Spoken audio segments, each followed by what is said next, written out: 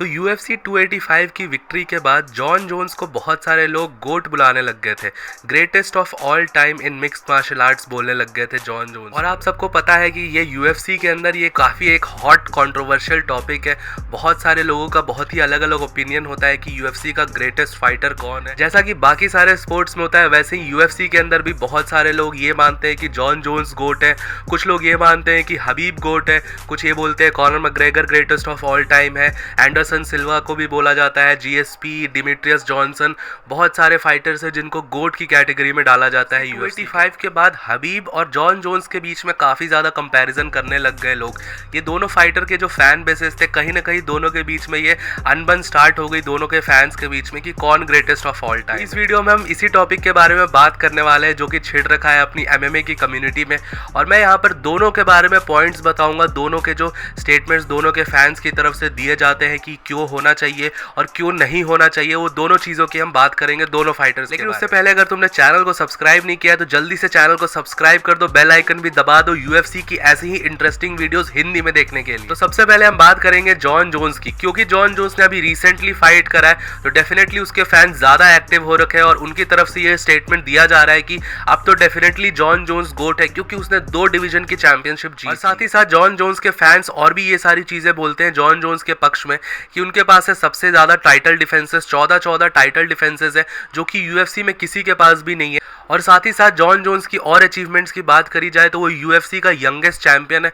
23 years की as पे light heavyweight division का वो चैंपियन बन गया था, शोगन रुआ जो उस समय का लेजेंड था उसको हराकर। तो अगर आप जॉन जोन्स का रिकॉर्ड देखोगे तो वो है 27-1। वो 1 लॉस जो उसका है वो 2007-8 में हुआ था मैट हैबिल के अगेंस्ट, वो भी डिस्क्वालिफिकेशन में हुआ था वो लॉस, क्योंकि उसने 9-6 एल्बो मार दी थी जो कि इलीगल होती है, वो गलती से मार दिया गया था। अगर जॉन जोन्स उस फाइट में वो एल्बो नहीं मारता तो डेफिनेटली मैट हैमिल को इजीली हरा देता, और वहां पर ये बिल्कुल भी नहीं माना जा सकता कि ये कोई ट्रू लॉस है जॉन जोन्स का। तो डेफिनेटली हम यहाँ पे जॉन जोन्स को अनडिफीटेड भी कंसिडर कर सकते हैं। कोई भी फाइटर उनको क्लियरली हरा नहीं पाया है ऑक्टागन के अंदर और UFC के अंदर। और साथ ही साथ उनके साथ एक और यूनिक चीज है उनके कैरियर में, क्योंकि उन्होंने 12-13 साल रूल किया है लाइट हैवीवेट डिवीजन में और हमेशा से हमेशा टॉप के बंदों से ही फाइट करा है। आप उनके अपोनेंट्स को देखोगे वो उस समय के टॉप के बंदे थे, रैम्पेज जैक्सन, वीटोर बेल्फोर्ट और भी सारे लियोटो मचीडा, ये सब उस समय के टॉप के बंदे थे लाइट हैवीवेट डिवीजन के।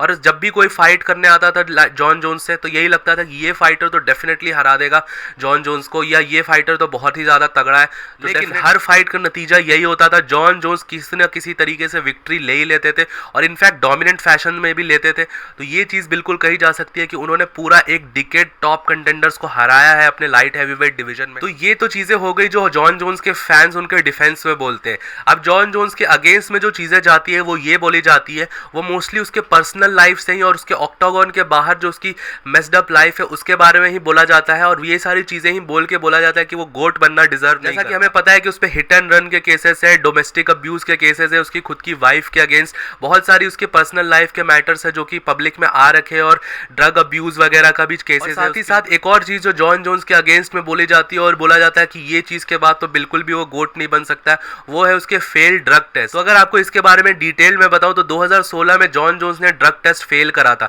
तो ड्रग टेस्ट के ऊपर मैंने एक और डिटेल में वीडियो बना रखा है कि क्या जॉन जोन्स ने सही में चीट करा है कि नहीं करा है, तो आपको उसका एक समरी में ब्रीफ में बता देता हूं। तो बेसिकली ये हुआ था कि 2016 में यूसाडा नाम की ऑर्गेनाइजेशन आई थी UFC में, उसने डिसाइड करा था कि अब से वो टेस्ट करने वाली है फाइटर्स। तो उस समय के बाद से 2016 के बाद से बहुत सारे फाइटर्स पॉपअप हुए थे जो कि सब्सटेंसेस पहले लीगल थे वो अब इलीगल हो गए।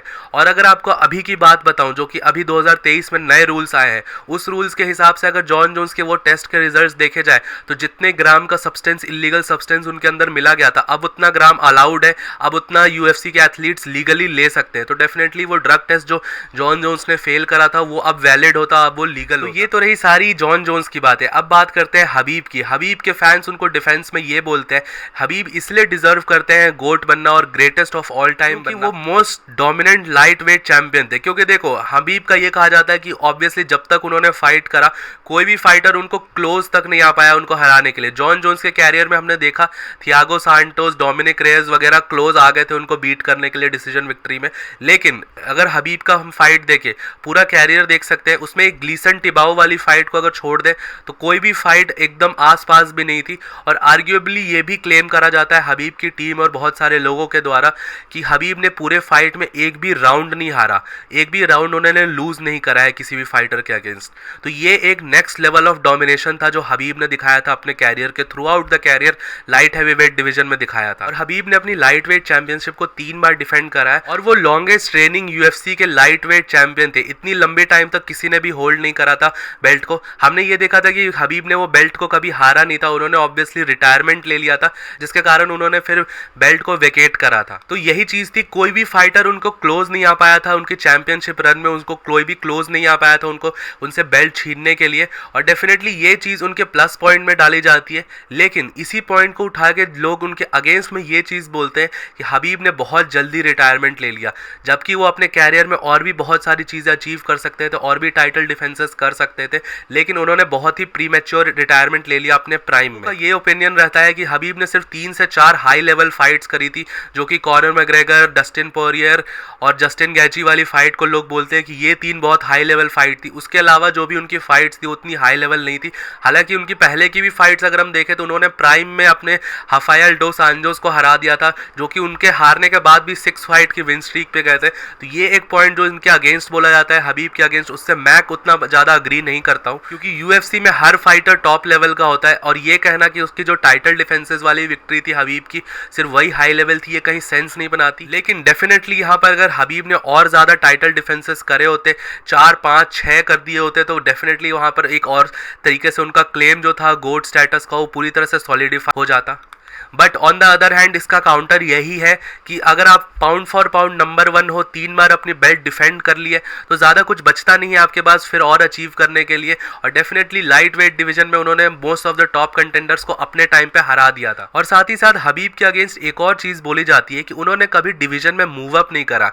एक सिग्निफिकेंट एडवांटेज जो जॉन जोन्स के पास अब है हबीब के अगेंस्ट, वो ये है कि उन्होंने अब डिवीजन में मूव अप करा, दूसरे डिवीजन में जाके भी बेल्ट जीत ली, जो कि यूएफसी में बहुत टफ होता है और काफी कमेंडेबल जॉब बोला जाता है यूएफसी के अंदर 2 डिवीजन का चैंपियन। और सिर्फ कुछ गिने चुने फाइटर्स ही होते हैं जो कि अलग एक्सेप्शनल टैलेंट्स होते हैं, वही यूएफसी में 2 डिवीजन की बेल्ट जीत जाते हैं। क्योंकि आप सब देख सकते हो यूएफसी ऑलरेडी इतना टॉप लेवल का फाइटर होता है, यहाँ पे यूएफसी में कंपटीशन होता है, यहाँ पर आप एक बेल्ट ही जीत जाओ बहुत बड़ी। जब हबीब यूएफसी के अंदर फाइट करते थे और वो चैंपियन थे, तो बहुत सारे लोग ये एक्सपेक्ट करते थे कि हबीब मूव अप करेंगे लाइट हैवीवेट से वेल्टर वेट में और वहां पर उस्मान या जीएसपी के साथ फाइट करेंगे। हबीब वर्सेस जॉर्ज सेंट पियर एक ऐसी फाइट थी जो बहुत ही ज़्यादा एंटिसिपेटेड थी, फाइट फैंस को बहुत ही ज़्यादा इंतजार था कि जब दो हाई लेवल रेसलर्स मिलेंगे और जीएसपी जैसा एक वेटरन जब हबीब के साथ लड़ेगा तो कैसी फाइट निकल के आएगी, ये देखने के लिए बहुत सारे लोग वेट करते। लेकिन अनफॉर्चुनेटली कभी भी हबीब ने अपना डिवीजन को स्टेप अप नहीं करा और उन्होंने कभी भी वेल्टर वेट की तरफ मूव ऑन नहीं करा।